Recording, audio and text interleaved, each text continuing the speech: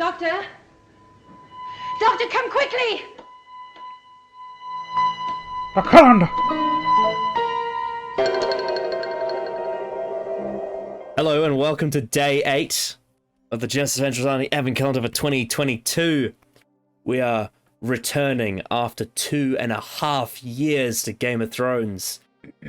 This is spurred on by two things. Firstly, that I made a soft promise on Twitter after the December dump last year to do Season 4 in 2022. Well, we're doing it at the very last minute here.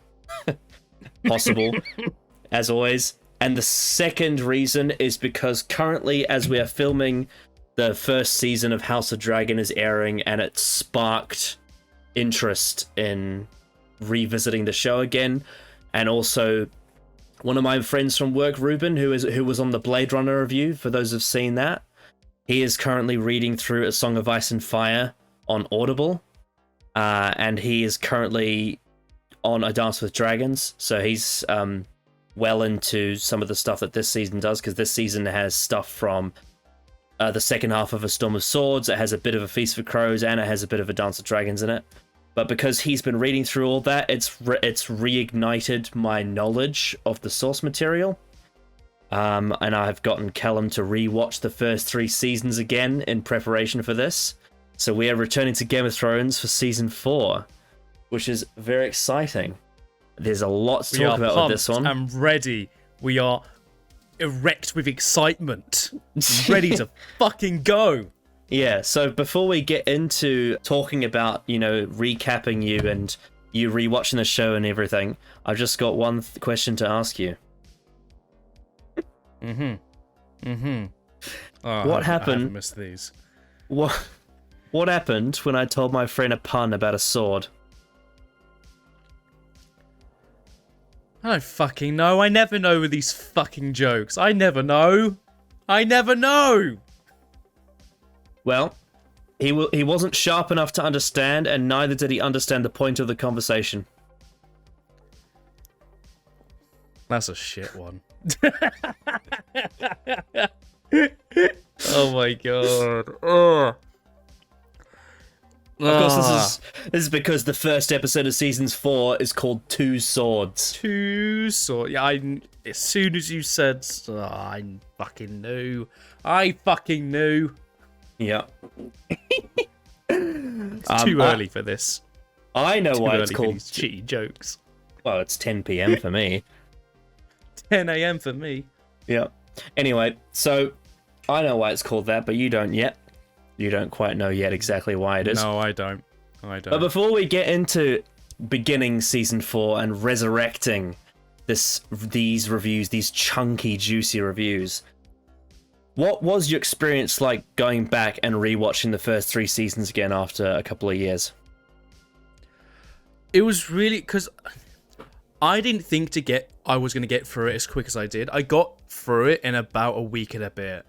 I thought it was going to take me like the whole month to do it, but then I got so into the King's Landing and the North storylines that I'm like, I just need to keep watching, just get this done. I'm having way too much fun with it. Rewatching it in one big go, it made me really appreciate how much care and effort put into most of these characters. It's when you get to Season 3, when you get to the Reigns of Castamere, it's just the build up to that, and then it happening. I actually also, after I rewatched it, I watched a clip of Richard Madden, I think the guy's name is, who plays Robb Stark. I watched a clip of him watching that scene from that episode, and yeah, I was just like, I agree with him how well the actor for Lady Catelyn was. She was fucking amazing in that scene. Holy shit. She's so fucking good. But as an overall package, the whole show is like, man, this is just really good. The dialogue is really good. The characters are so well defined. The direction is really good.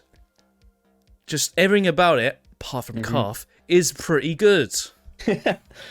Well, to be fair, Karth has a few good things in it, but the Captured Dragon storylines is terrible. Yeah, Karth is literally like 5 episodes worth of storytelling extended to a whole season. It's so dragged out. there's also like one scene in season 3 that kind of assassinates Stannis Baratheon as well. It's that one where Melisandre is gonna go onto the boat to go to the Brotherhood Without Banners. Oh dear.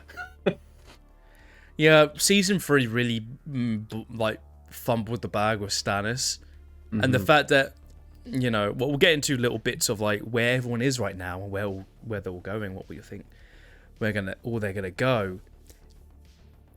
Yeah, it made me really appreciate how well tight season 1 was. Like it's really amazing, really airtight, really concise, well-paced season of television where every episode there's an advancement made on every aspect. Season one's the only one that lives up to the book that it adapts from. Like it is genuinely incredible television. And in fact, it not only lives up to it, but it expands on it in ways that we never seen before. Like with Robert Baratheon and Cersei's scene in episode 5, where he confesses about no one could leave the hole that Lyanna Stark left behind, or the scenes between Varys and Littlefinger playing their chess matches. Unbelievable. I love those scenes. Those scenes are so good. Those scenes are great.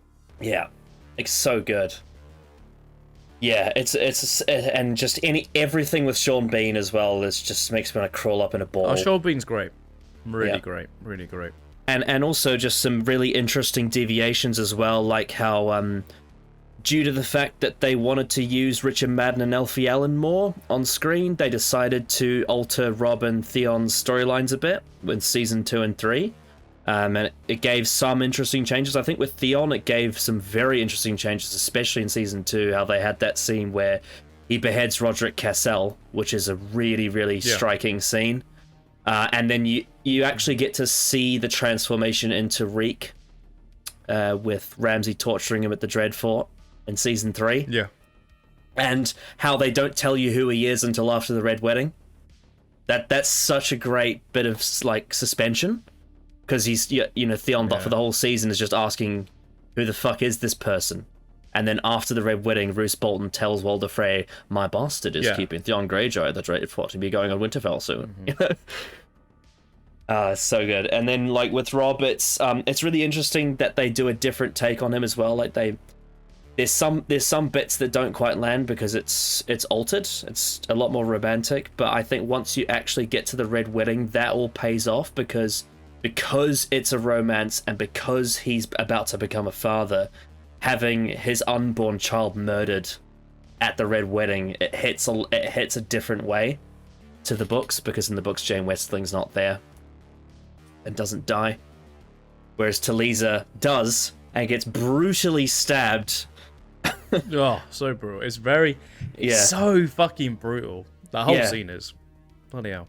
Yeah, like, it's one of those things where the romance that built up to it is not as good as it doesn't quite match the level of really, really good storytelling that they did in the books with Rob and Jane Westerling from Catelyn's POV. What it does do is it makes the Red Wedding a lot bloodier and a lot more devastating for Rob, that his unborn child got stabbed to death and she's just bleeding everywhere. Yeah. Oh, it's brutal. And then just everything with Roose Bolton in seasons 2 and 3 building up to the Red Wedding as well. It's amazing. Just all the little details and the fact that you're rewatching it knowing where it leads as well. Oh yeah. Knowing the whole time what it's building up to, all of those twists, you know what's coming. And I bet you noticed more details about what was foreshadowed as well. Oh yeah, I think it's the foreshadowing to those moments are really well done. Like in episode 1, very present. Like in the first episode, how they discover like a dead stag next to a dead direwolf, which is symbolizing Robert Baratheon and Ned Stark. Yeah. And then there's stuff like, Littlefinger saying, don't trust me. And then later he says, I did warn you not to trust me. Oh yes. Yeah. Oh, so good. So good. Yeah. So yeah, there's been only some, I would say most of the hiccups in the first 3 seasons are minor. The only big ones are Karth, and a couple of the Stannis things in season 3 are a bit wonky. But for the most part, it's been brilliant, I reckon. Especially season 1. especially season 1. Oh yeah, That's absolutely. Season 1's amazing. So now we move on to season 4, which is a really interesting season in a lot of ways. This is sort of when we transition into, I don't know what to label it.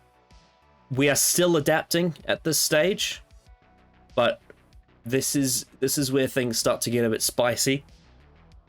This is where people you start to notice people will have different opinions on certain things from this point forward. Yeah. Especially at a certain point in this season. I won't say when it is, but there is a very specific point in this season which I'll have a lot to say about.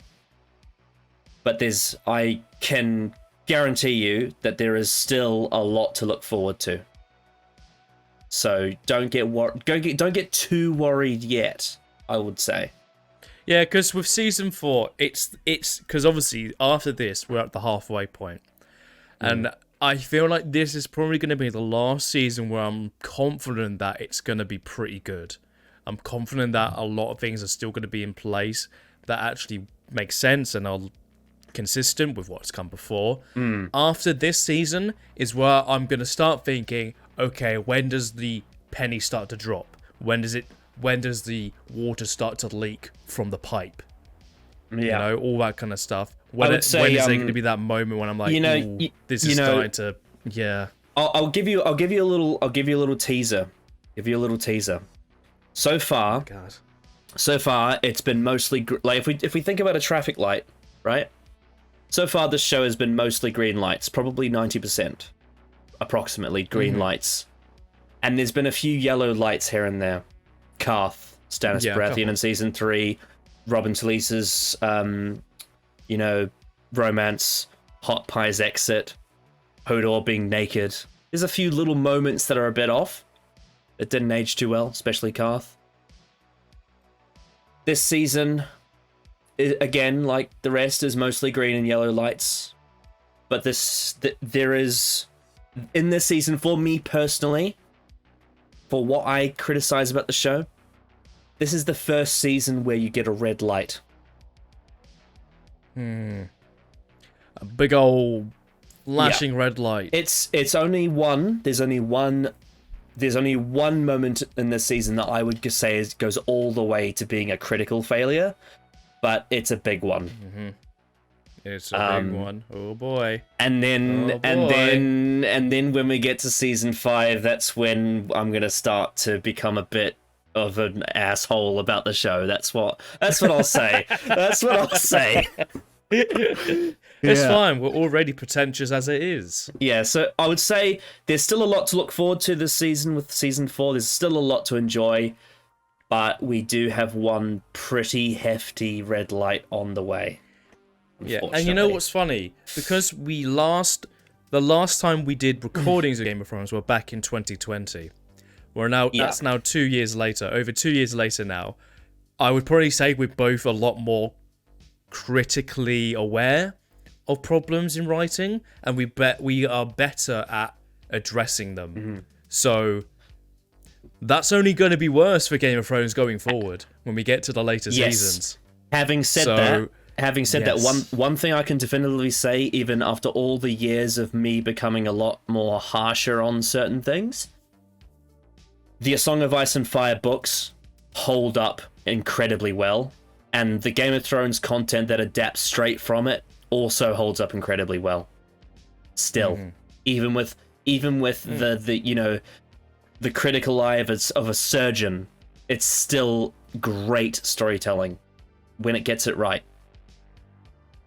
And you still have some great storytelling to enjoy this season. Oh yeah, I imagine I will. Enjoy a lot of this season. Yeah. So this is what worries me. I didn't leave you with nothing left to look forward to. There's still a lot of great stuff, but Dave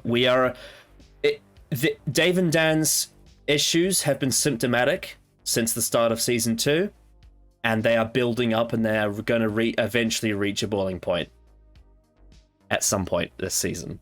That's all I'm going to say. All I'm going to say. So, anything else you want to get off your chest before we crack right in to Uncharted territory? where all characters are at. We have people like Stannis heading north. We have Jon just arriving back at Castle Black because he's injured after being shot multiple times. We have Daenerys, who's just taken over a city full of slaves and has now freed them. I believe it's Yunkai. The war is now done, because obviously with the end of most of the Starks who were leading that war is now done. So yeah, there's a lot of things going in a new direction, I guess you could say. I would say the first 3 seasons are this, like... Now that also one thing I want to add is that now that Robb and Catelyn are dead, and Bran and Rickon are now going beyond the wall. Yes, that too. The Boltons have now got their eyes on Winterfell as a very tender. Yeah, exactly. They mentioned that. Tender target. They mentioned that in episode 10. In the last episode, when you had Walder Frey and Roose Bolton talking about if he's going to move into Winterfell, and he said eventually, but it's a bit on fire right now, bit burnt down, so that might take a while. So that's going to be interesting. What's going to happen with Winterfell? He's also very far away. He's at the Twins, which is a long way from Winterfell. It's a long way away, yeah. And at this point, they care about the geography of the world. However, let's not forget, he does have a very handy bastard who happens to be very close to it. Mm-hmm. A very naughty bastard with a very broken reek at his side. Mm-hmm. At the Dreadfort. So we'll have to wait and see how that goes. Yeah. And just in terms of the King's Landing storyline, you're going to get introduced to a new character this episode. Oh my god. From a place that you've never seen. You're not going to see the place they're from yet, but it is from a place that's been referenced. And this is a royal family that has been talked about, but you're going to meet a new character from a place in Westeros. Oh my god. Played by an actor that you know very well. I think I know who you're talking about. I think I know, and I'm. That's the thing. Oh yeah, I know. We'll talk about it briefly when he probably shows up. So yeah. I'm very excited for that though. Very excited. Also, not only that, you're also going to meet another new character, not as major, but related to that storyline, who is played by an actress from Torchwood. Ooh. Yeah. Ooh. Yeah. From Torchwood. That's right. It's funny we're saying Torchwood because Carl Tanner is played by Burn Gorman. And that was in season 3 remember when they killed Craster and Geor Mormont? And he's like, "You are a daughter fucking wildling bastard." Yeah. Oh, that's so fucking. The delivery of that line is so fucking good. I love that actor. He can make that. That's the great thing about That's one of the best things about Torchwood actually is the fact that any script, even a Chris Chibnall script, Burn Gorman can make it fun because he's just so charismatic. Good. Well, yeah, he's a very vibrant actor. Clearly. Yeah, I remember me and Jake commenting on that. Like, there's a scene in a Chibnall episode where he demonstrates Rat Jam, which would be lame if it were anyone else, because it's Burn Gorman. He just makes it so fun. Splat, Rat Jam. Anyway, we've mucked around enough. Shall we begin? Yes.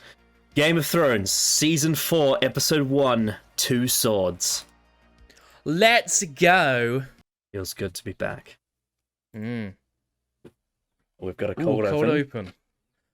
And what's that? Is that a wolf's head? Yep, looks like it. Yep. Yeah. You recognize that sword? And that theme? Yep. Bastards. That would be Ice. Ned Stark's sword. Yep. Ah, what a transition of music! Mm-hmm. Oh. Game of Thrones, you're teasing me.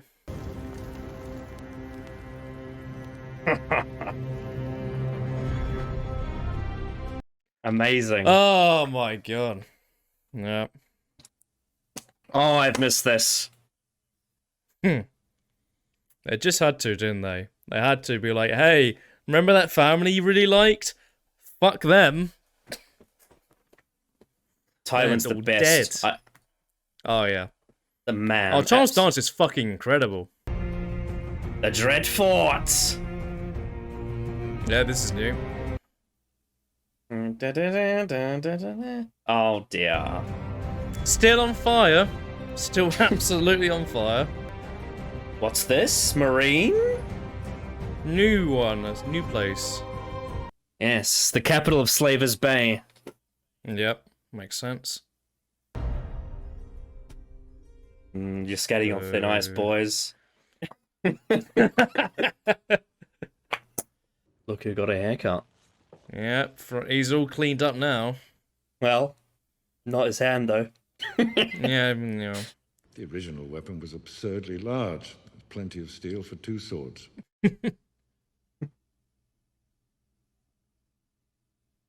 Yeah, Ned's sword was ginormous. It was very big. Hmm. Oh, here we go. I recognise that hair. Mm-hmm. It's Pedro Pascal! Mm-hmm. The Mandalorian. It's okay, don't worry. But he was good in Wonder Woman 84, so you know, there's that. I think she likes you. She has good taste. You're not timid, are you? Have you ever been with a prince? Can't say I have. That's a lie. That's a lie. It's a big old lie. Which way do you like it? My way. You're just a pink little man who's far too slow on the draw.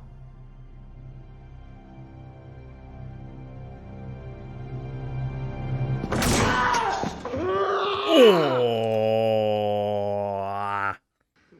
Decisions. Prince Oberyn, forgive the intrusion. We heard there might be trouble. Just about. A little bit.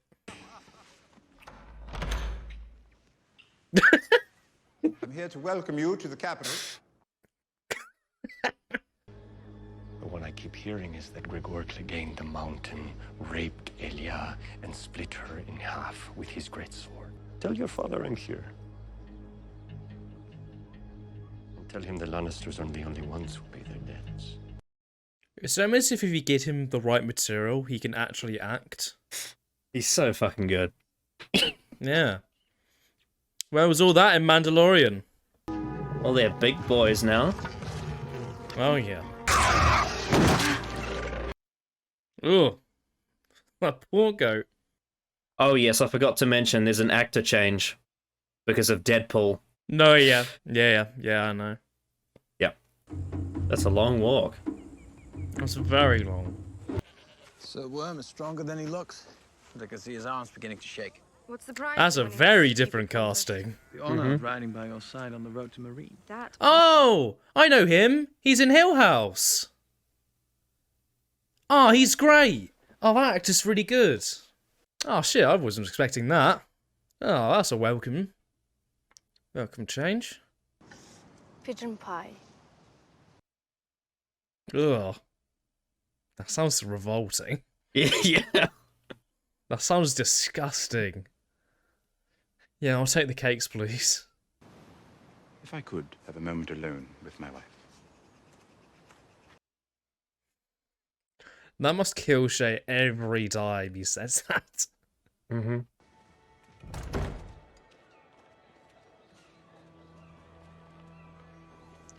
Oh no! Oh no! Oh god! I spot Now a it's all little- fucked. I spot a bird. Oh boy!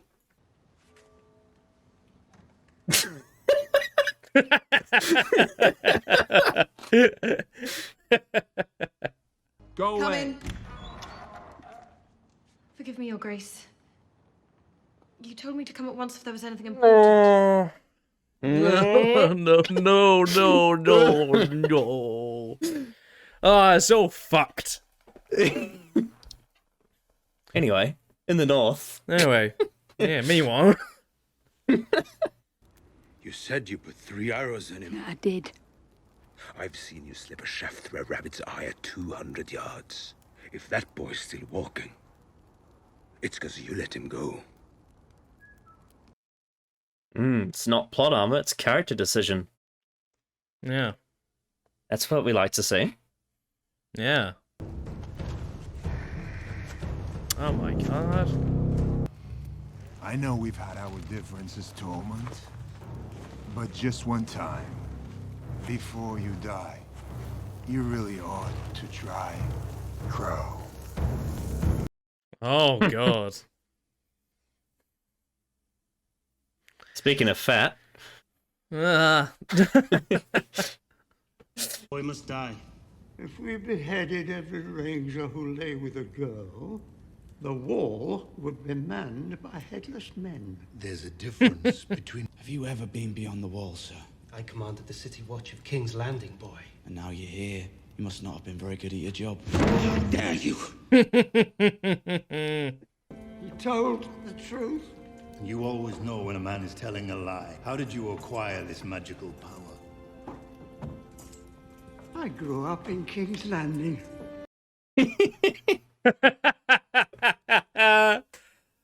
Oh, that's great. My 51st name day.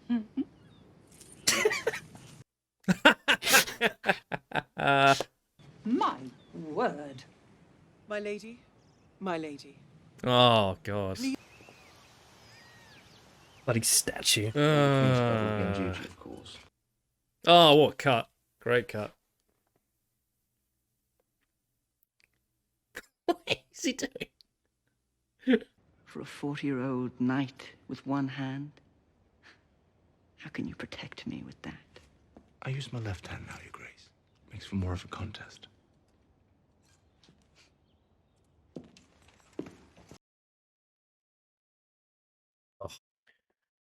Fucking hate his guts. He doesn't even know he's speaking to his father that way either.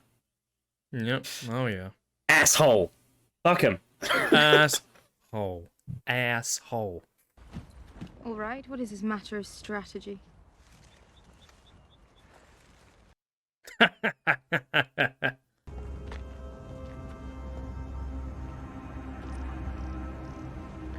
Oh, well, that's not fun. Are you sure we're not related? Ever since I've returned, every Lannister I've seen has been a miserable pain in my ass. Maybe you're a Lannister too.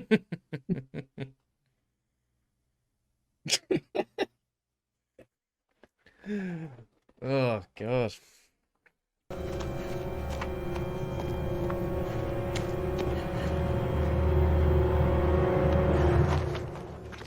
It's all right. It's all right.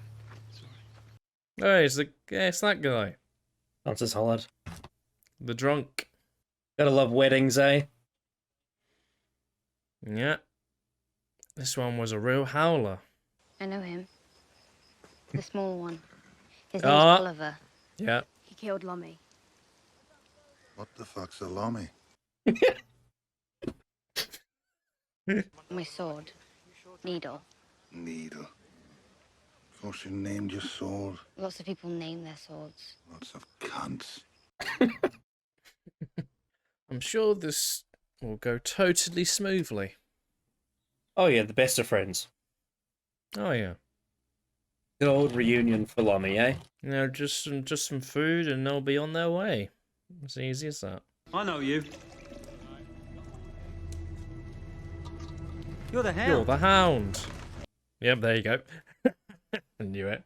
Listening to talkers makes me thirsty.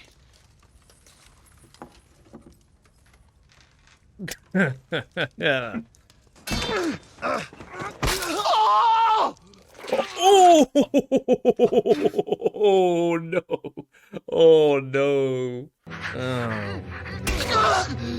Sorry, mate. Oh!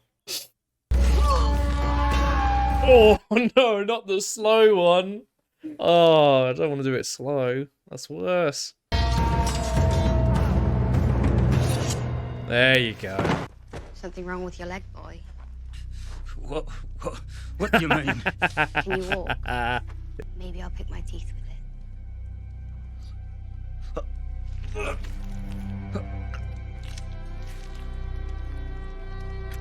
Oh boy. He's got his chicken. Yep. And she's got her own pony.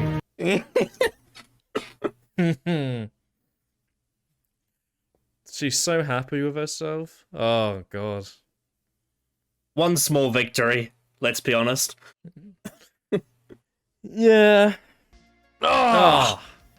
We back. So, as you can probably see and figure out, Two Swords has many different meanings for this episode. Because it begins with Tywin melting Ned's sword ice down to 2 swords. And gave one to Jaime. Yes. But then also, at the end, Arya and the Hound represent 2 swords as well. And there's other parallels in between, but those are the 2 major things that title resembles. A very fitting title, I would say. Very fitting title. But yes, how does it feel to be back with Game of Thrones Season 4, Episode 1? A very, very good episode to come back to, I would say. I'd say an episode very fitting to come back to. Because, like I mentioned before we started, the first 3 seasons felt like, while there's a lot going on to build up to future seasons, it did feel like it was the end of the first phase of Game of Thrones, with the ending of like the war between the Starks and the Lannisters, and this really felt like, alright, now for the next stage. This is now the next stage of Game of Thrones. Time's for phase 2. Yeah, pretty much. This very much was we're now into new stuff, we're now moving on. There are repercussions of what happened in the previous season. But now it's time for new, exciting threads. With Jaime back in King's Landing, with Arya at the end getting Needle back, and now adventuring with the Hound, it seems, all the way to get sold off to Aunt. We have Jon Snow back on the wall. And it's not getting executed, thank God. Yeah, there's a lot going on with we also got new characters actually as well. That opening couple minutes after the opening with the new characters was so good. Seeing Pedro Pascal actually get to be charismatic for once was really nice. It was really nice to see. But yeah, episode 1 of season 4 is a great start. Great start. Absolutely. Yeah. Basically you put it well when you said this is the start of phase 2, and it starts off really hot. Yeah, it really feels like a new phase of Game of Thrones. It really does. It feels, because if you look at something like season 1, even just like how it looks and how it's directed normally, it's still very good. This is very different, but in a really, really well done way. It's so vibrant. When you get to something like King's Landing, the colour. I just love how they colour King's Landing. The sort of like golden yellow sort of colours. It feels so rich and elegant, and then you can contrast that with other locations which feel very barren and dry. Yeah, when we cut to the wildlings, and I really noticed how grey it was. The sort of setting and the colouring of it. It was very grey. Especially because the contrast of the different stories was so good. Especially because what Ned said at the start of the show, winter is coming, and so the north is getting colder and darker. North is getting colder, it's getting darker, and King's Landing is just more vibrant. You get it's such a great contrast. It hasn't hit them yet, but in the north they are feeling it. Oh yes. But this is a really good introduction to the new season and sort of the next phase of the show post Red Wedding, I guess you could say. So we're living in a very post Red Wedding world. Yes, so I'd like to jump right in and discuss the characters, focus in on them a bit. So of course we have Daddy Tywin, the best character in Game of Thrones, the absolute legend, played by Charles Dance. He does the absolute bastardly thing of melting down the legendary sword Ice that used to be owned by Ned Stark before he was beheaded by Celerin Payne at the hands of Joffrey, and melts it into 2 swords, which is where you get the title of the episode and the theme of the episode, and gives one to Jaime Lannister, his son, who's now been clean-shaven, had his hair cut, and now has a new hand, a hand of sorts. A golden hand. A golden hand in place of his stump.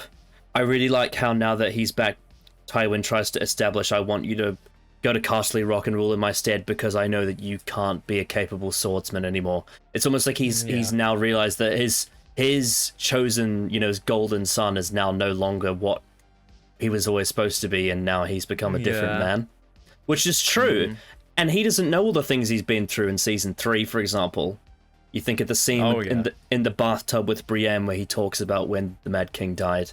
He doesn't know about any of that, but he can tell that not only physically has he changed, he lost his hand, but this is a very different Jaime to the last time he saw him in Season 1, Episode 7. Yeah. Oh, yeah, absolutely. I think the sort of, turn of treatment I've really noticed from Tywin towards Jaime, just... Yeah. Yeah, they sort of, because it's like he's become, in a way, he sort of has become a bit like disfigured in a sense in how he sees Tyrion, in a sense. This sort of, what you were good at, you can't do anymore. So I want to send you to Castle Rock.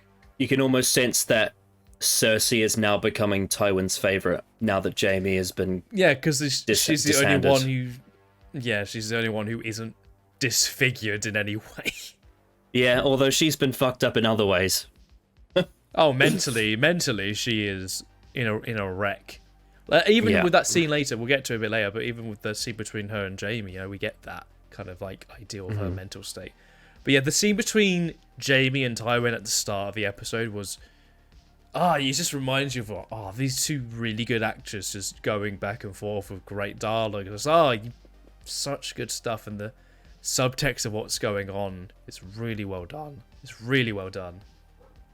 And also, what I like about it is because Tywin established, and this is great for world building, it's interesting that Tywin said Volantis, because he just ordered to have Rob's wife murdered, who was from Volantis. But in doing so, he also got one of the only people in the world that knows how to melt Valyrian steel from Volantis. And it makes sense why he's only melting Ned's sword now, because it takes a very long time to order that and to travel from Volantis to King's Landing. Yeah. So it explains why it's taken this long for it to happen, which is great for the world building. But yes, that frustration between Tywin and Jaime of him requesting, you will rule in my stead at Castle Rock, and Jaime refuses. I love that line where he says, well, a man with no wife and no hand is going to need all the help he can get. Yeah. That sort of bitter... Charles Dance does such a great job. The amount of bitterness he says in that line towards Jaime, just you can really feel it with his delivery. It's just so excellently done, because he's such a good actor. He's just such a good actor. Yeah. But I was thinking when we had the cold open and you see Tyler, I'm like, man, you'd make such a good master. You really would. Oh yeah, he really would. I'm just like, fuck. And we're stuck with Sacha Dhawan. That's right. Well, not anymore by the time this comes out. Thank God. That's Hopefully, true. Anyway. Well, you never know. But probably not. Yeah, you never know. Yeah. I really enjoyed that opening discussion between Tywin and Jaime. Yeah, I mean, you really needed to. I think Tywin was a great person to start with because, again, he is the mind behind the Red Wedding. He caused the most major event in the show to happen very recently. Mm-hmm. And even though he isn't the king, he is effectively ruling the world. At the moment, yeah, pretty much. He is effectively the most powerful person south of the Wall and west of the Narrow Sea. Let's just say that. Because obviously, he's not as powerful as You know, he's not as powerful as the Targaryen with the dragons, and he's also not as powerful as the White Walkers either. But in terms of the political realm of the country he's in, he's pretty much the most powerful person in the world. Yeah, pretty much. With gold and politics and swords and metal and men, yes. But obviously, environmental magic, no. Tywin could not possibly have any control over that. But, you know, as he stated, he's trying to put plans together because he's getting old. So he wants his family name to live on in the way that he wants it to, which is why he wanted Jaime to go to Castle Rock. But it's getting tough for him to control his children, let's just say that. Jaime had quite a few scenes in this. I mean, obviously, yeah. Yes. He had a whole big physical repackaging here with the short hair and the clean face and the golden hand. And we got that scene with him and Cersei where she very unfairly reacted and said, "You took too long." Yeah, I agree. Yeah, her reaction to Jaime and like Jaime's sort of discussing what's happened since he left King's Landing and then got captured is really, I really like that scene a lot. Yeah, it definitely. You can definitely see Cersei has become more selfish. Ever since. These last couple of seasons have really. She's become more independent than she was before. Really, she's like, in a sense, she's standing up for herself, but in the most Cersei way, let's say. Absolutely, and there was that really funny moment as well. Like Qyburn fitted the hand on, and then he waved them goodbye with his golden hand. That's brilliant. Oh, that was great. Yeah. Yeah, all the scenes with Jaime though, every single one is like really good. Well, I've really enjoyed every scene. Of course, the third scene with Jaime was the one with Joffrey, which was a brilliant scene. Oh, yes. When he went through the book, and this is so fitting because obviously we introduced some of the Dornish characters in this episode, but I like how Joffrey went through the book, read through like the Kingsguard leaders, and he started at Sir Arthur Dayne, who is a Dornish Kingsguard who was there during Robert's Rebellion, and Sir Arthur Dayne was called the greatest swordsman to ever live. It's generally regarded that Arthur Dayne was the best and Barristan Selmy is the second best swordsman of all time, or at least in the recent history that they know of. Interestingly, Sir Arthur Dayne was killed during Robert's Rebellion, which, yeah, is interesting circumstances to say the least, but he's a Dornishman, so it was relevant to this episode. Then they went to, Duncan the Tall, which again, that ties into prequel books, Dunk and Egg. I think they were planning to do a TV show for that, but I don't know if it's still going ahead or not. I think House of the Dragon was the only one that they made.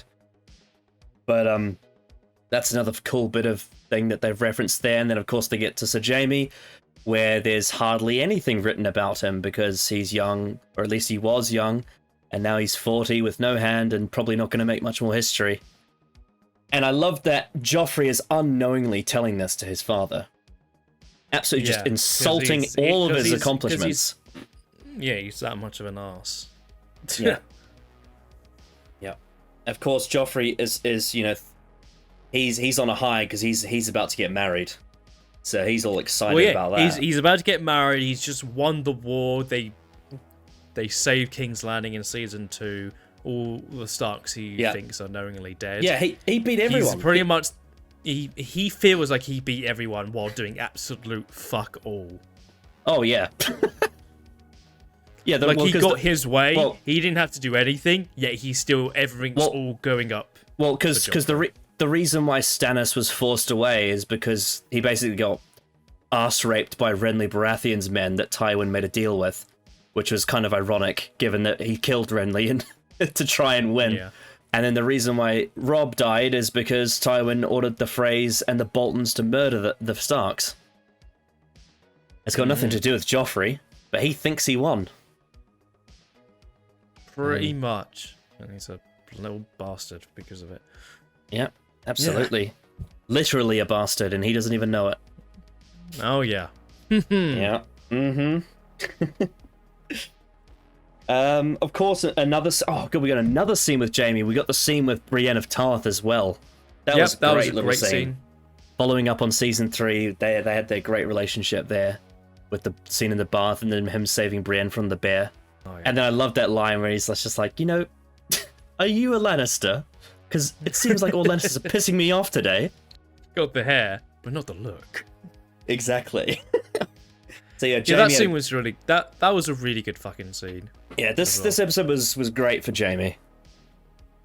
Yeah, because it's been so long since he's had to like interact with other characters, because it's for an entire season he was interacting with just Brienne, and other seasons he was just with the Starks. Now it just feels so long since he's interacted with other sets of characters, when it's like it's so refreshing and new, but it's so well done along with that. Yeah, everything with Jaime I really, really liked. They were probably some of my favourite scenes from the episode. Absolutely. Of course, because we mentioned Brienne of Tarth, that transitions over into something that I actually forgot was in the episode. It's a nice tie-up of stuff that happened in Season 2, because I mentioned Renly before, but Brienne of Tarth got reunited with Marjorie Tyrell. If you remember, Marjorie married Renly Baratheon before he died, and Brienne was his Kingsguard lead. And she, said that she promised to avenge Renly, but then, of course, Marjorie said, Joffrey is our king now. And clearly, Marjorie has moved on from that event, whereas Brienne still... Oh, yeah. Marjorie has very clearly left that behind. I would say that she did that in Season 3, very clearly, and now it's just... That reaction from, Brenneth to hear that would be, that's got to be, annoying in the back of her mind, hearing that. Absolutely. Well, because the difference is that Marjorie married Renly Baratheon for tactical reasons, for power. Yeah. Whereas Brienne of Tarth was his Kingsguard out of honor. Yeah. And they have very different ways. But in saying that, Marjorie was still, very tactical in doing so, but still very understanding of Brienne and didn't judge her for not, saying that I worship Joffrey. She just said, no offense taken. I understand why you're taking that. That's something that I love about Marjorie. She's such a sort of middle point between different characters. And you think of the very tactical mind of a Lannister, and you think of the very honourable mind of a Stark. Marjorie Tyrell sits somewhere halfway between, where she is both very scheming and very underhanded, but she's also not going to punish people for not seeing it her way. Mm-hmm. And she is very empathetic and understanding of other people, and sort of goes about her business without trying to embarrass them, which is really interesting. Of course, the same cannot be said for her grandmother, who does not give two shits about embarrassing other people. Oh, yes. The Queen of Thorns, Olenna, who absolutely displayed her brilliant sense of humour, throwing that necklace, a very expensive-looking necklace away. Wants the best necklace for her daughter at the wedding. Tosses it over. Oh, that's great. That was great. Absolutely. That was a brilliant scene. Hank, though, speaking of necklaces, we had that scene with Sansa Stark and Dantas Hollard, which is paying off something from the start of Season 2. I actually really like that scene. Mm-hmm. I really like that scene, because it's such a small scene, but it's just because of Sansa in her state right now, losing... In her mind, she's lost everything. Everything of her family is gone, dead, buried. So to have this small bit of levity for her, so something that she feels like she can do because she saved that guy's life at the start of Season 2, it was just something nice that she could do in the because the guy clearly just so thankful that while he's a fool, he's a living fool, as he says. Mm. Yeah, I really liked that scene. It was that's a scene I'm gonna think about, probably not much about going forward, because it's a small scene, but those are the kind of scenes you just look at and that's just nice. It's just a nice little scene between two characters that mean very little to each other in a sense in the overall grand scheme of the show, but it's just a nice little scene. I've really liked it. I really did. It is a little scene. I'll probably say more about it later down the track. It's quite relevant to certain things. Not sure exactly how much further down, but there is a point in time where I'll come back to it and talk about it again. Because as you know, George R. R. Martin likes to link all these things together. You think a scene is minor, and then it ends up being, really important for characters. Or you would assume that's just a nice moment, a nice little link to give Sansa something to be somewhat cheerful about, just so that she can do for this person. The thing is, saved. We may think that it's a small scene in the context of the world, but the reality is, for her character, it's quite a big thing to have someone bring her out of that darkness. Absolutely. That's what I mean. It's just a nice little bit of levity for her, because in this episode, she is in the darkest of all darkest place right now. Being the place she wants to be the least in King's Landing, knowing her entire family is pretty much dead, knowing they were all butchered, and I weirdly related to her when she described what they did with Rob's body, because I remember when I rewatched The Reigns of Castamere and then the last episode of Yrsa. When you see Rob's body on the horse with no head, with a stake put through it with the head of his direwolf, that just made me feel so uncomfortable in a really good way, because I clearly care, and it was so brutal to look at. The fact she has to think about what that would look like, I would imagine for her is even worse. Disgusting. Just the thought of it.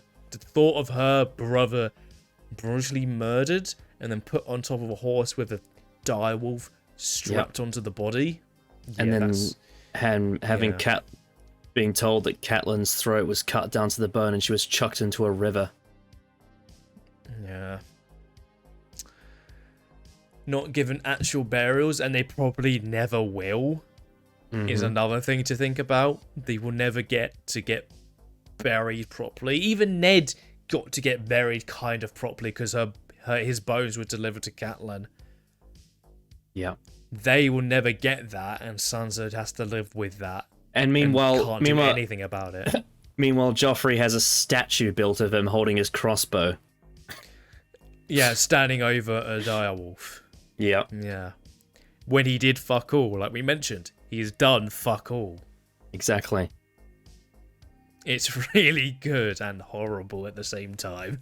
Yeah, very reminiscent of Edward II, I believe, is the figure from history that Joffrey's based on. That's why, monarchy is a flawed idea, but when you give it to spoilt children, it's a disaster. Also, spoilt child of a fat king that didn't know what to do with all the money he had. Because the woman he loved was dead. It's just so many brilliant threads going on there with that family. Yeah, I've always said the Lannister Baratheon monarchy is one of my favorite things about this story, really. Is it's just there's so much going on there, and then with how the Starks interact with it and are impacted by it. Of course, Sansa also had another scene with Tyrion and Shae. Yeah. So we can get onto that now. Like you said, Shae, in pain, seeing once again Tyrion refer to Sansa as my wife. And you get that scene between them where they're having relationship issues once again. After all this time. Still. Yeah. Still. Yeah. But one thing that was really interesting, though, is that when she brought up the bribery, remember last season when Varys tried to bribe her to go away? Tyrion had no idea what the hell she was talking about. He had nothing to do with it. I assumed he would have nothing to do with it. Because it gives you a little clue as to what Varys's thinking is with that. With Tyrion having no part in any of it. It's interesting to think about. It's almost like Varys can see what's coming and wants to, and actually cares about Shae, and wants her to get. Yeah, it's very clear from that he wants to make sure Shae just gets out and is safe and can live. gets out before shit's like hits the fan. And now it will, because we are fucking one of Cersei's little birds overheard the conversation. Of course, yes. Bernadette heard the conversation and told Cersei. So now they're fucked. They are actually fucked, because at first Cersei thought it was Ros who Tyrion was trying to marry. Yes. First. Don't you just love that? Ros died for nothing. Ros died for nothing. Great. Yeah, and I mean that in a good way, by the way. Yeah. Oh yeah. It's fucked. Yeah. I also just want to quickly mention I thought that Meryn Trent was quite funny in this when he was talking about how he said, "I always guard the king," and then they talk about who feeds the people at King's Landing. Marjorie, apparently. That was really clever. Yeah. I've been holding off this until last because this is the most exciting thing to talk about with King's Landing. We are introduced to the Red Viper, Prince Oberyn Martell, played by Pedro Pascal. Yeah. From Dawn. We've heard all about Dawn in the past, the Martells. You know, in season 1, Tyrion talked about how much he likes Dornish women. I can see why. Of course, they are inspired by the Hispanics, the beautiful brown-skinned Hispanics that very, very attractive, very sensual, but also very cunning. Of course, Dawn is in the south, so it's, you know, there's more heat, more sunshine. And we also know from season 2 when they shipped Marcella off to Dawn, the daughter of Cersei. And there was that whole scene where the Slitheen got killed with the riot. Yes. But of course, I think what this episode did was, obviously they said, you know, where's Prince Doran? Obviously Prince Doran wasn't there. He's staying in Dawn. They say that it's his health issues, that because he's bound to a wheelchair. So they sent Prince Oberyn instead, his younger brother. Interestingly, Tyrion also the second son of a family. And of course, they establish immediately what his character is like. They talk about Bronn references how he's fucked half of Westeros. They talk about, oh, he arrived at dawn, you know, didn't do any grand entrance. He just wanted to go in himself. And of course, the first time we see him is we see him with his bastard lover, Ilaria Sand, who is played by Indira Varma, who plays Susie in Torchwood. I don't know if you recognised her. She looks very different in this show. I did recognise her, yeah. Yes, and in Littlefinger's brothel while he's not there. Which at the moment is being managed by Oliver, who is the man who slept with Loras Tyrell last season. A lot to get out there, but it established straight away he's very good at killing. He's very good at fucking. Both him and his partner love both men and women, clearly. They don't like timid. Yes. A lot established there. I think the charisma is off the charts with Pedro Pascal as Oberyn. Yeah, Instantly. like I said, when you give him something where he can be, I don't know, range his like ability as an actor, he can be very charismatic. It's almost as if putting him behind a fucking helmet doesn't really help. It isn't really his strength. Because he's fair, he probably could have. His facial expressions are so great. Because he is in Wonder Woman 84. This reminds me a lot of his character that he plays in that, which is Maxwell Lord, I think his character's name is. He's the best thing in that movie, and that movie is fucking trash. And but he also is very charismatic there. He's the best part about it. His story is actually like really interesting, and it'd be great in another film, not a Wonder Woman film. But yeah, in this I saw a lot of that same charisma. And it made me annoyed because he's so shit in Mandalorian. Yeah, I know, it's sad. He's like so fucking boring. It's sad, but man, I love him as Oberyn Martell. He's fucking great. Yeah, not only is he a great actor and great charisma and great character and all that, but he's a breath of fresh air. He's something different that we've never seen before. Exactly. It's so like I mentioned with like the colours of King's Landing. His like what he wears, it's like he's kind of like suited to King's Landing in its vibrance and its colour, and he just he just oozes the amount of charisma he has, and it's so wonderful to watch. Absolutely. But then when you get that scene between him and Tyrion, it shows the more serious side of him. Like, well, it's a little bit of what a happened to his sister. It's kind of a build-up, really, children. because you get the almost sex scene, which shows off his fun side and his relationship with his partner, and then you get the scene where he stabs the Lannister man in the hand. Yep. And he's just like, the veins are popping in his wrist. You better go get help. What's the word he uses again? I can't remember. It's like he twists the knife and he says like a specific word. So many veins. Yeah. Yeah. Oh, so good. And then you get the serious side when he tells you the story about how his sister, Elia Martell, was betrothed to Rhaegar Targaryen, the older brother of Daenerys and Viserys. And then he ran off with another woman who we learned earlier in the show he ran off with Lyanna Stark, and he stole her from Robert Baratheon. So that's two broken hearts there. You not only have Robert Baratheon's broken heart by Lyanna being taken from him, but you also have the broken heart of Elia Martell, who had Rhaegar taken from her, and then she was killed by the Mountain brutally. Raped and then killed, yeah. Raped and killed. And that explains why he's there instead of Prince Doran. He fucking hates Lannisters. Yeah, he hates that, and he's talking to one as he's explaining. He's talking to Tyrion Lannister, who's shitting himself. Yeah. What a great way to have him, like, have that transition when the guys were singing the Lannisters song in the brothel. Yes. Yeah, really good. Absolutely. I mean, look, it's crazy because he's telling Tyrion to his face, if the Mountain raped and killed my sister, then it was ordered by your father. And they're about to have a wedding. Oh my god. They're about to have a wedding, and Oberyn's going to be there, and so is Tywin, and it's going to be really fucking awkward. Oh god.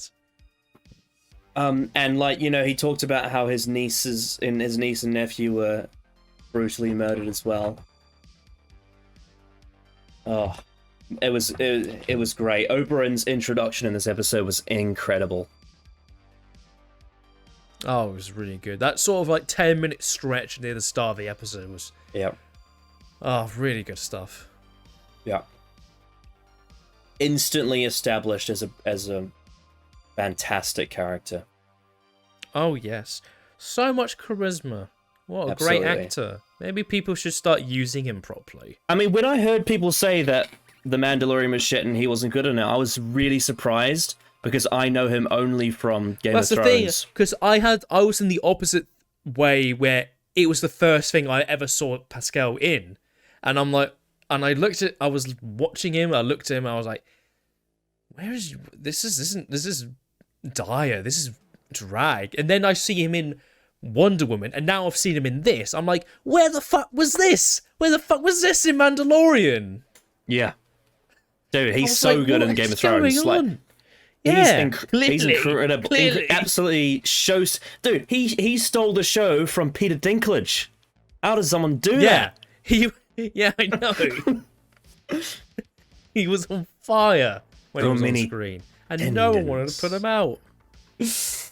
Oh, amazing! My word. Yeah. Just a fantastic way to establish this new character, the world building with Dawn. Great little comedic bits from Bronn as well. I liked how Oberyn was almost like a little bit like, oh, you know, trying to offend Bronn a bit, but then Bronn kind of responded really quite a funny way, and they sort of related to each other in a sense, which was nice. It's just like, well, I guess how'd you get that name? Well, I guess I killed the right people. Killed the right people, I suppose. Yeah, that's the most Game of Thrones line ever. Yeah. That one's great. Yeah, and I think again, she's not like as major, but I think they did a good job introducing his partner Ilaria Sand as well.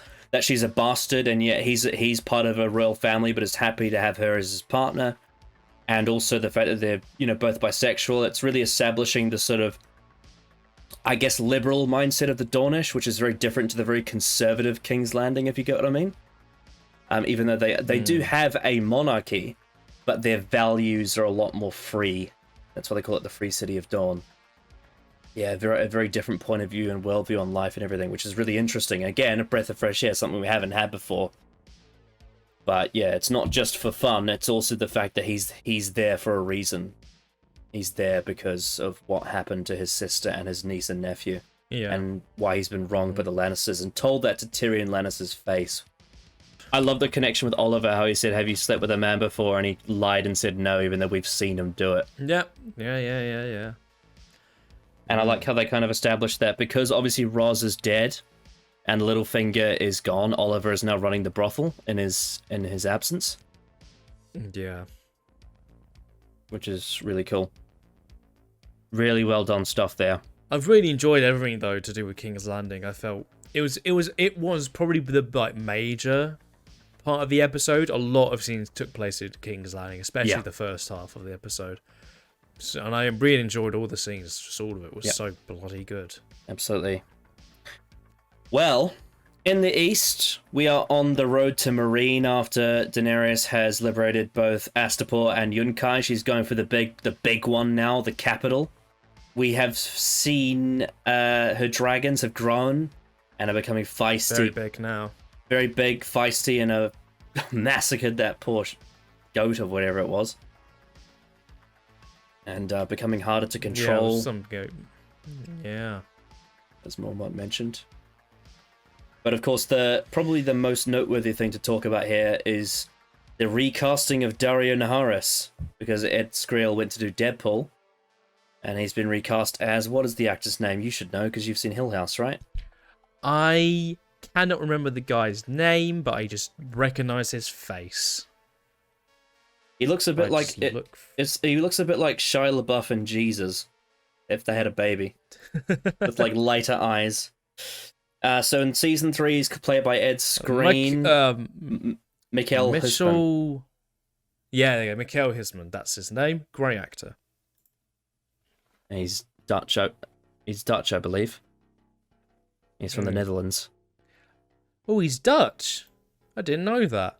Yeah, oh, that's actually quite surprising. Pretty convincing British British accent. In Hill House, he plays an American. Like. Well, in Hill House, he plays an American. I did not know that.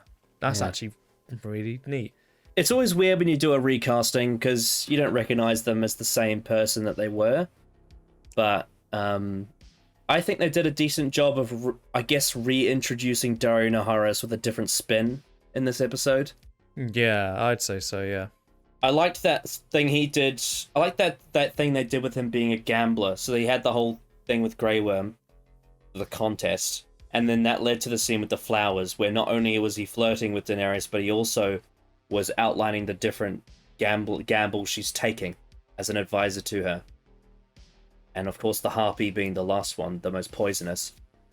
Of course, with Meereen being known for the harpy itself.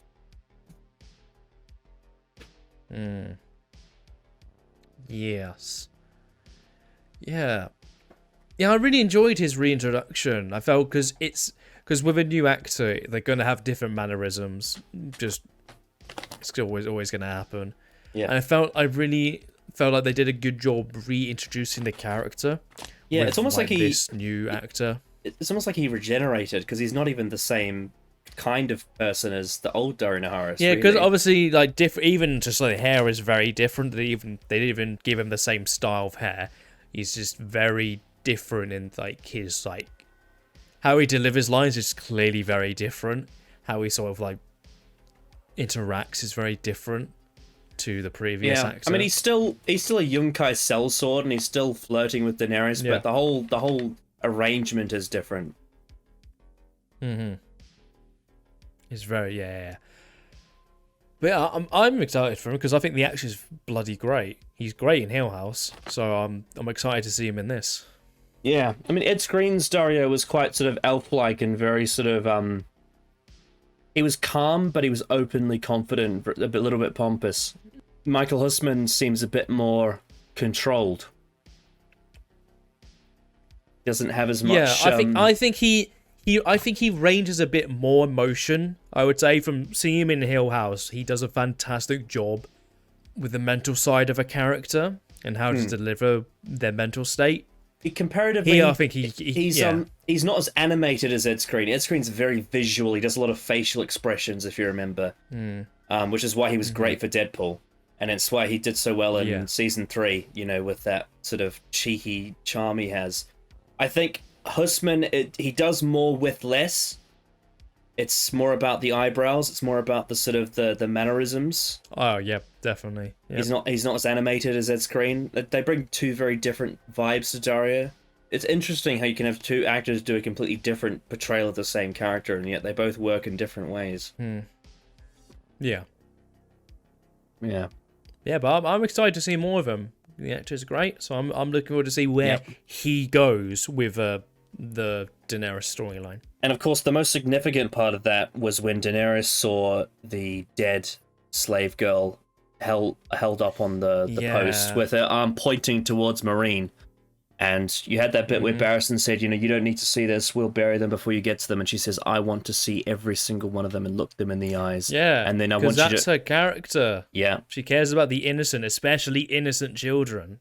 Yeah, that were murdered. And she says, I want you to remove their collars before you bury them. Something that Robb Stark and Catelyn would never have. Yeah. Yeah, it's almost as if we get constant reminders of how she hates the sight of slavery and innocents dying, especially innocent children. Yeah.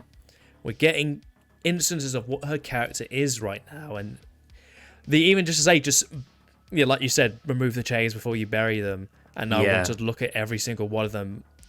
All 163, I think it was, of them, because that's how many, every mile they put one down. Yeah, and she wants to see all of them. We get a very clear indication. It's just reminders of what kind of person she is. She cares about people. She cares about innocent people. Absolutely. I mean, when I saw that scene, like we have before, but this scene, I got Vietnam flashbacks to season 8.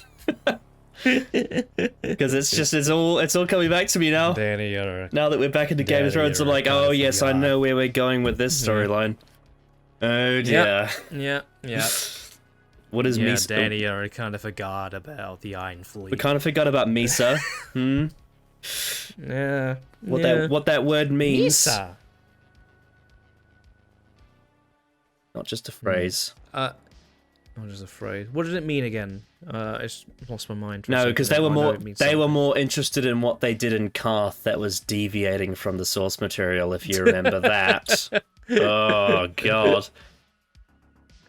Yeah, it's interesting how we've kind of, with season 3, and not all of it, some of it I have criticized, but there is a central thing to her character in the last episode and this one that seems to have gotten her back on sort of track of where her trajectory is, even if we don't get her inner POV. But it's interesting how the stuff she does in Karth, it kind of foreshadows the issues that you get later. Yeah. Really highlights it. Yeah, because again, like I remember when we did that whole comparing the House of the Undying from the TV show to the book and how different it is. It's crazy how much Dave and Dan changed that and what that means for her character in long term. But we'll get to that. We'll get to that someday. We shall. Then we move north to Ygritte and Tormund, who are south of the wall, preparing for Mance Rayder's plan and referencing the fact that, I love the fact that they referenced how Tormund says, I've seen you shoot, a rabbit in the eye from 200 meters. You wouldn't miss Jon if you tried. You wouldn't have not killed him. And it was very clear that she didn't want to kill him in the season 3 finale. And then, of course, they're introduced to Styr and the Thens. What was your take on that? I enjoyed the scene between the two, sort of discussing Jon. Like we mentioned how if she wanted him dead, she would have killed him, very clearly. And then the introduction of Game of Thrones cannibals was an interesting thing to see. Very, very strange folk, and that's saying a lot given what we see in this show. What I really like about introducing the Thens here with Tormund and Ygritte is that because we've heard all about how Mance Rayder united all these different factions beyond the wall, but you can actually see the animosity they have for each other, and how Mance Rayder is the only thing holding them together. Yeah, they not a fan of each other, to say the least. I love the whole thing if they noticed that, like, you didn't see us coming, your warg must be dead. Of course, Orell was killed by Jon. Yep. Yeah, really good stuff. I like the whole thing. Basically, what Steer was insinuating in this scene was, if we weren't on the same side, you'd all be dead because of us creeping up on you like this. You know? That's what I really liked about it. But of course, they have to band together for Mance Rayder, which leads to exactly what Jon Snow was talking about at Castle Black, because he mentions the whole plan. But we start with the scene with him and Sam, where Jon has now found out about the Red Wedding. And of course he doesn't reference Catelyn, because he never had a good relationship with Catelyn. If anything, it was a bad one. No. But he talks about Robb, and how Robb was better than him and everything, and he wanted to hate him, but he never could, because Robb was such a good man. Yeah. And then Sam expresses the same thing towards Jon, which was really nice. Except for reading. Yeah. But I think what the most notable thing here to talk about is that not only is this the first appearance of Alistair Thorne since season 1, because they've been beyond the wall for all that time and you haven't seen Alistair Thorne at all since the first season, but a character that was banished by Tyrion in season 2 from the City Watch, Janos Slynt, has now turned up at the wall. I've mentioned this before in a previous videos. I kept saying to you, I said, there's going to be a character that turns up when Jon comes to the wall, and you couldn't remember who it was. But it was Janos Slynt, who was part of the City Watch, part of the City Watch. As soon as I saw him, I recognised him straight away. Yeah. Because obviously, it's in my mind. Part of the City Watch that betrayed Ned Stark, and then Tyrion banished him after he murdered all those bastards of Robert Baratheon. Yes, he did. And now he's banished to the wall. The coward trying to hide behind Thorne, but clearly is, you can see Janos Slynt is trying to get all of the heat off of him, because he's very, you can tell he's insecure because he's lost his power as part of the City Watch, and he's now part of the wall, which everyone knows is a massive downgrade. And he's the first one to say, the boy shall be killed. He did not, he did not. Yeah, he's very eager. He's more eager to kill him than the other guy is. Well, he's very, very eager. Well, what I like about it is that that Janos Slynt wouldn't follow the fucking vows. You just know that he doesn't care about the vows. Oh yeah, he don't give a fuck. I think he cares more that this is a Stark boy, kind of. Even though he's a bastard, he's Ned Stark's son. Yeah. There will be something to that. At the very least, if it never is brought up, it's something that you can really think about with his character as well. It's certainly something you can infer about him, because he betrayed Ned Stark. Do you remember that in season 1 when he says, "We're with you, Lord Stark," and then he just starts killing all of his men? Yep. I remember that scene. Yep. Murdered all those babies. On the other side, that too.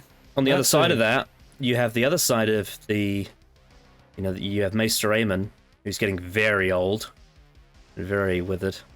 But he had that great line where Thorne says, you seem like you have a talent to know when someone's not lying. How did you acquire this? I grew up in King's Landing. So good. What a fucking line. And that all makes sense, because he's a Targaryen. So of course he would know. Yeah. Oh, so good. Love that line. Yeah. And of course, I really liked how Thorne was in between the two. He was halfway between Slynt Aemon, because he wants to kill Jon because he hates Jon, and he hates that he broke the vows, and he hates that he slept with a wildling, which shows, you know, Thorne's prejudice and discrimination against them. You know, because that's what he said is like, there's a difference between going off to Molestown for a fucking laying with, you know, someone from the enemy's side. Yeah, the enemy. Yeah, sleeping with the enemy. To show that it's not the fact that he broke his vows, it's the fact that he broke his vows for the people that he hates, you know? And that's where his priorities lie, the fact that he hates wildlings because he's prejudiced against them. Even though it's literally just a territorial thing. The reason why the wall exists, the reason why we're on this side and they're on that side. It's completely territorial, and it's frankly unfair. And that's what you see in this scene with the Thens. They say, why does the meat taste so good down here? It's because they have more money. It's because they're richer. They were the lucky ones to be behind that wall rather than in front of it. And Thorne is unfairly judging people that have it worse off than him, which is really terrible. It's a really, really awful mindset. And yet he still lets Jon live because he knows that he's got a fucking fight coming from Mance Rayder. Even though he doesn't want to believe it, he believes every word Jon says because he knows it's true.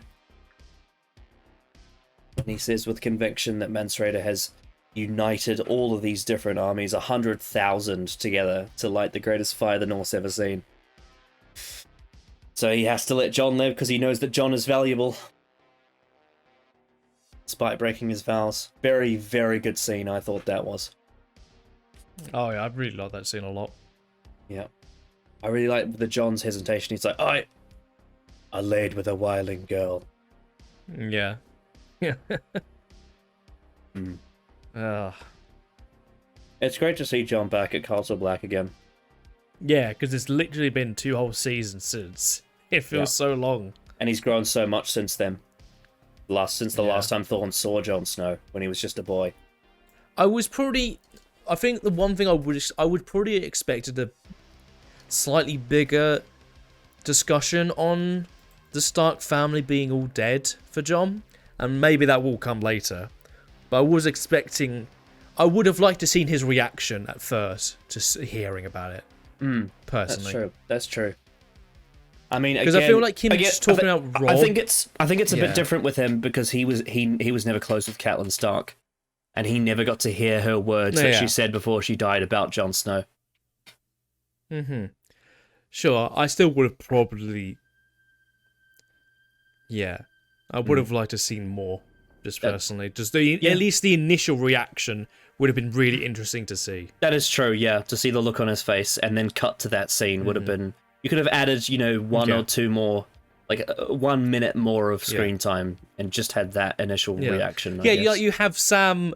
You have Sam tell him, especially after Sam's just. I'm assuming as well, Jon knows Bran and Rickon are. Well, Bran is on his way north. I'd imagine, unless Sam hasn't said anything. That would be interesting to see if he hasn't. Oh yes, of course, because Sam ran into Bran, didn't he? Yeah, they did. That's a good point. So it's interesting to see if he has mentioned it or not.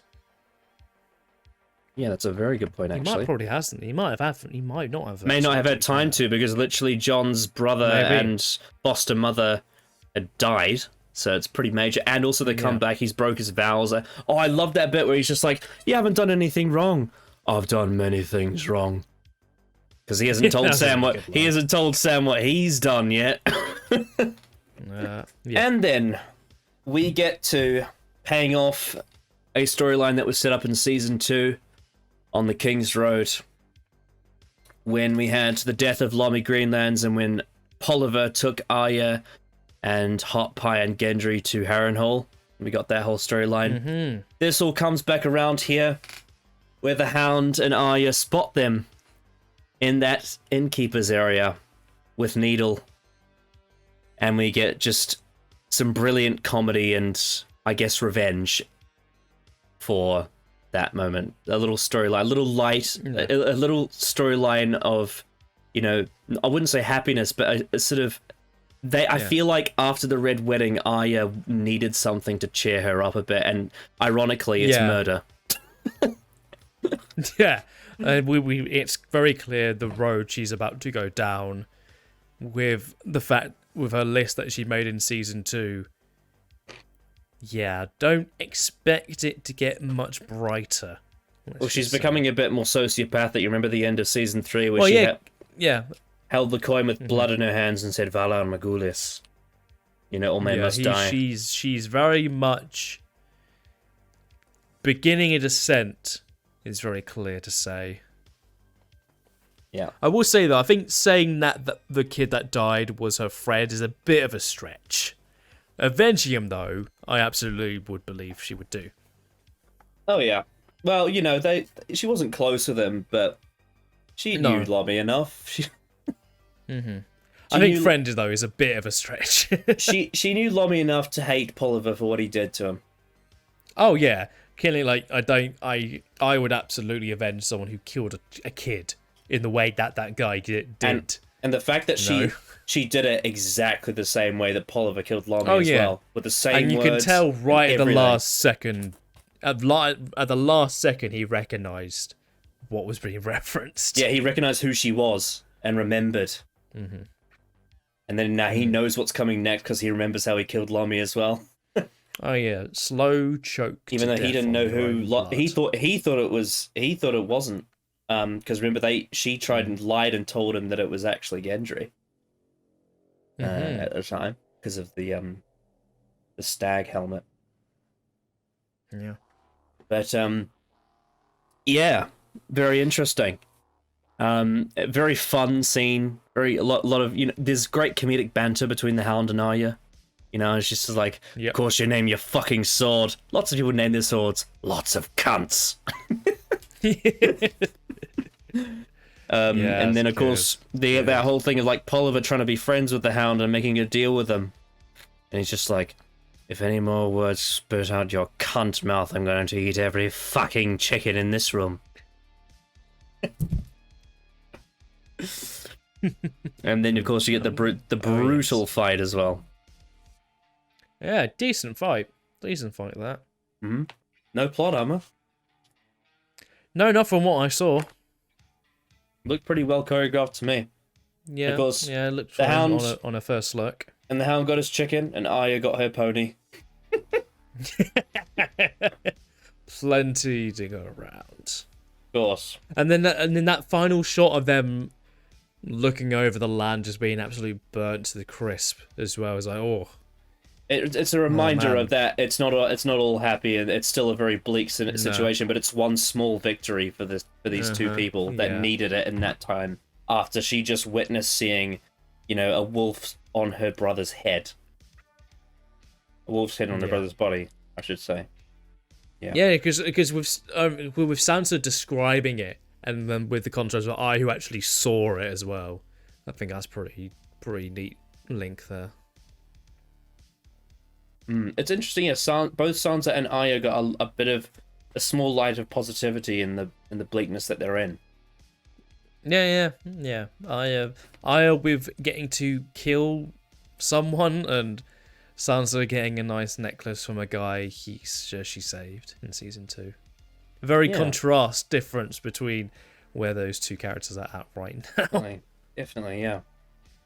Yeah, so this was both written and directed by David Benioff and D.B. Weiss, so the lads had full control over this one. I haven't fucked it up yet. Yeah, there's bits they changed from the books, for sure. Certainly because they had to reintroduce Dario Naharis. They added some things with that. And there's things with the last scene that are different. That scene in the books takes place much later than it does in the show, but there's a good reason for that. And there's a few things that are shuffled around, but for the most part, I think they did a really solid job. No yellow or red lights yet. I think they, for the most part, they nailed all this. Good so far. Especially, I think the thing that they really got right was introducing the Dornish characters, specifically Oberyn Martell. That's one of their biggest achievements of this episode, was establishing who he is and why his he's in King's introduction Landing. was really good. His introduction was great. Tell him I'm here. I would say the direction was solid. I don't think they are as incredible on the cameras as some of the other directors are.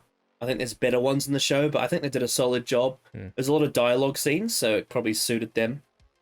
But Yeah. I wouldn't say it was very dialogue heavy. Wasn't as creative as some of the other directors are. I think there were some nice cuts in between shots, like with Joffrey's statue, then to cut to Joffrey, I think was really neat. Yes, that was there great. There were a couple of other things I think were pretty decent, but overall... The shot of the dead slave girl near Marine was very well done. Yeah.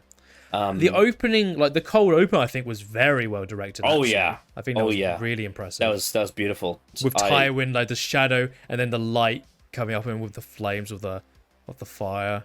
Yeah, I really liked that. And also with was good. Arya and the Hound, in the bushes, like the holes in the bushes, looking through at Polliver. That was really like good comedic direction, and also the cutting between Polliver and the Hound with the close-ups. That was really well done. Yeah. And the sort of the like we mentioned the color grading before, like contrasting between different locations was really well done too. Yeah. I would also say the direction of the brothel scene with Oberyn was really good too. I agree. I would say so. Yeah, because with the brothel before, a lot of the time we've gone there, it's been very red. Like obviously with the curtains and that, it's been a very like vibrant red setting. With that, it was a bit more less color in there. But I think it really emphasized the sort of like with the Pascal's costume. I think it really helped it really well. I think I really liked it. I think it was really good. Yeah, definitely. And of course, music by Raymond Javadi, brilliant as always. I loved the start. I think that's probably one of the songs we're going to listen to anyway. But the shift between the Stark theme to the Lannister theme when he burns the sword. So good. I was so good. Yeah. If I'm not mistaken, that is our first track. So I suppose we should get on with it, right? So we begin with the track called Two Swords.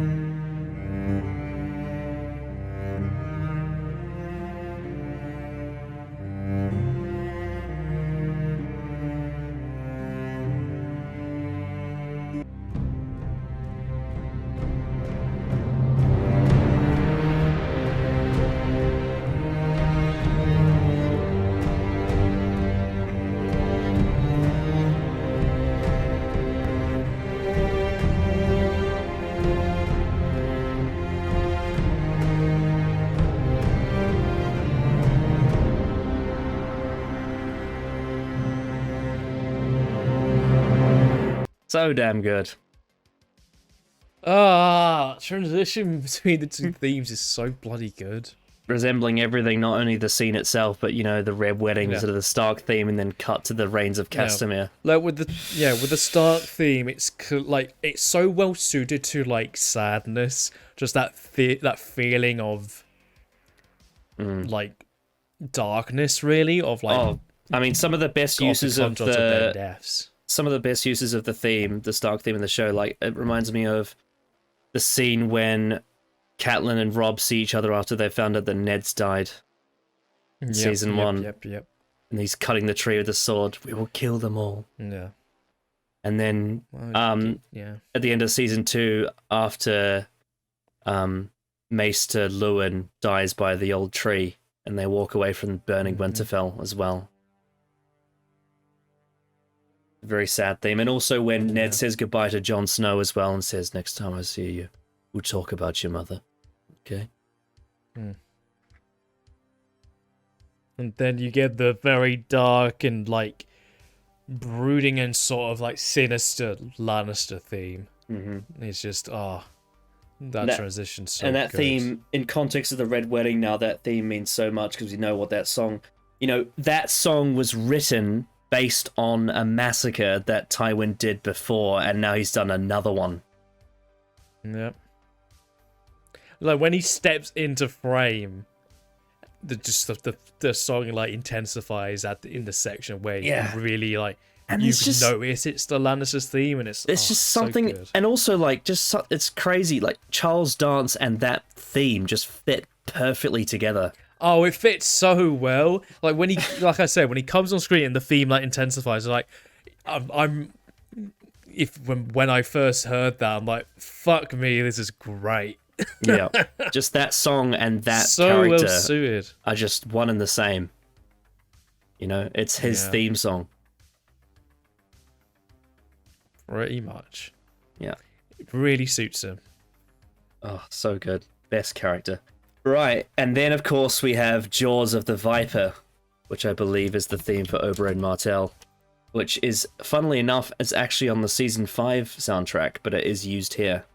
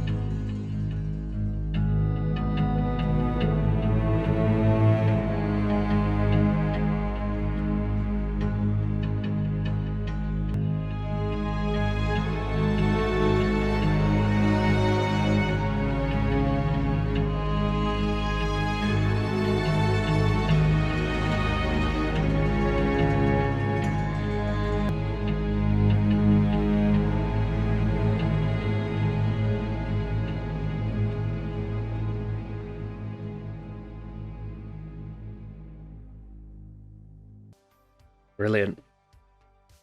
That really illustrates the two sides to Oberyn, the tragedy of what happened to his family and who he is, what he's going to do about it. That's a really well suited theme for him, I'd say. Yeah, I really like the violins of that track. I'm a sucker for really good violins, like just enhance sadness. They use the bass guitar really well too with that, very subtle. Yeah. Just sort of the anticipation of it, the ding ding ding ding ding ding ding. But yes, the very, like you said, the very tragic violins at the start, very well suited to the sort of, you know, what happened to his sister and his niece and nephew, the tragedy of that. That really illustrating his character motivation. Oh yes, absolutely. Very good track. That's a good one. Great theme for the Martell, sort of, and mainly Oberyn. Yeah, fantastic. Absolutely brilliant. I mean, Raymond Javadi really never misses, does he? He's just... Not really, no. The only moment in the whole show I can think of where he's off is the hot pie exit scene, which isn't really his fault. I still have no idea why they decided to use the start theme for that scene. That will forever confuse me. Yeah, that was strange. But yeah, Raymond Javadi is just so good with this music in this show. It's just always a hit. It's always a hit. Brian Cogman explained that the change from having Oberyn arrive with the embassy in the novels to riding ahead, so he's seen first in a brothel, wasn't just to build up the tension to his introduction, but self-consciously meant to parallel how Tyrion himself was first introduced in the TV series.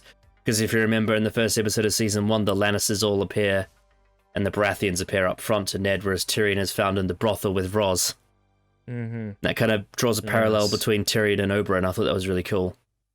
There's a lot I can't say in this trivia because it's related to book stuff. Because this is when, like, it's not that they rip out. They don't rip out a lot. I mean, they do rip out some, but they don't rip out as much in this season as they do later. But there's a lot of rearranging, if you know what I mean.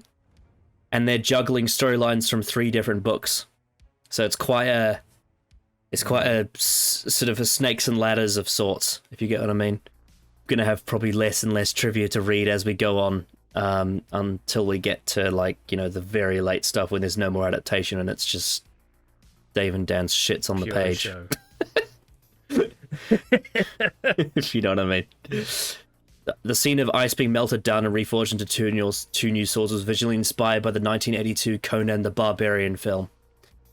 That's pretty cool. Ah. Oh, you know the bit where Jaime says goodbye to Qyburn? That's not in the books. It's also not in the script. That was an ad lib from the actor. Oh, that's great. That's great. Yeah. So funny. The elderly couple that walked past Tyrion, Bronn, and Podrick on the road is actually David Benioff's parents. It's a fun little fact. Yeah. When Olenna Tyrell flippantly throws a jeweled necklace over her shoulders onto Cliff at the sea, the production team didn't actually own the prop, so someone had to actually run around and catch it immediately to make sure it didn't get lost. Oh my god. So it actually, God. so it actually was very valuable in real life. Oh no. When Sandor taunts Polliver by drinking a flagon of ale, the actor Rory McCann is actually drinking its contents. Though it is simply water and food colouring instead of an alcoholic drink, even so, they had to film the scene 10 to 12 times in rapid succession, and each McCann had to chug down a large flagon of coloured water. They ultimately used the final take, after which McCann promptly stepped outside and began vomiting. Oh my god. That was... Oh, that's horrible. Yeah. I feel for him there. Yes. I noticed, like, because I noticed he was actually drinking and it was actually coloured, and I thought they obviously wouldn't give him actual ale. So I'm like, but that's a nice detail. That's really neat. Because normally they don't fucking show them drinking ever. Yes. In other things. So, in Misa, the last episode of season 3, the viewership was a 5.4 overnight and a 6.3 overall. So for this episode, for season 4, episode 1, 2 Swords, we break the record. We get a 6.6 overnight and an 8.2 overall, the highest so far. Ooh. Yeah, it feels like this now, especially after season 3, with like the Reigns of Castamere being like unimaginable at the time, fucking massive event television. Now everyone's like, okay, now we got to get in on this Game of Thrones thing. I'd imagine this is where it really kicks into another gear in terms of popularity. Absolutely, yeah. There's a big jump up after the Reigns of Castamere. So, give your conclusion and a rating for 2 Swords. A really great way to step back into the Game of Thrones world. I think in terms of reintroduce it, what this episode felt like it was reintroducing itself. Like we mentioned, with this being a sort of like a new phase for Game of Thrones, I think it does an excellent job at pointing out where all these characters and where all these set pieces, where all these locations are right now, and where we're heading towards. I think all the introductions of new characters, of old characters, and all the stories linking them all were very well done.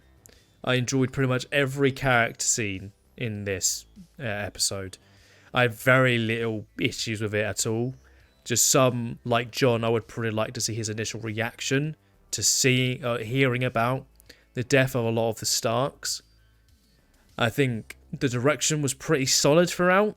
Nothing spectacular other than a few cuts from scene to scene, which I always... Oh, I love those. Adore those very much. Music was great, really solid throughout. Some great music, especially the cold open. That was really the highlight for me for music. That was just so fucking good. With you seeing Tywin there when he comes into frame. Oh, beautiful. Yeah, I really think this is a really great way to step back into this world. So 2 Swords is getting a 9 out of 10 for me. Good stuff. Yep. Great way to start season 4. Yeah, we're After the Red Wedding, we are hitting the second half of Storm of Swords. We're entering bits of Visa Gross and Dance of Dragons with a few storylines. It's, adaptation's getting a bit wild, but we are still on the good stuff. This reintroduced a lot of the characters fantastically, and best of all, introduced new characters fantastically. Best of all being Oberyn Martell, who is incredible. I loved his performance here and his characterization. A breath of fresh air and a new motivation, just everything about that. Reintroducing Castle Black with Jon Snow and Janos Slynt, Alyssa Thorne, Maester Aemon.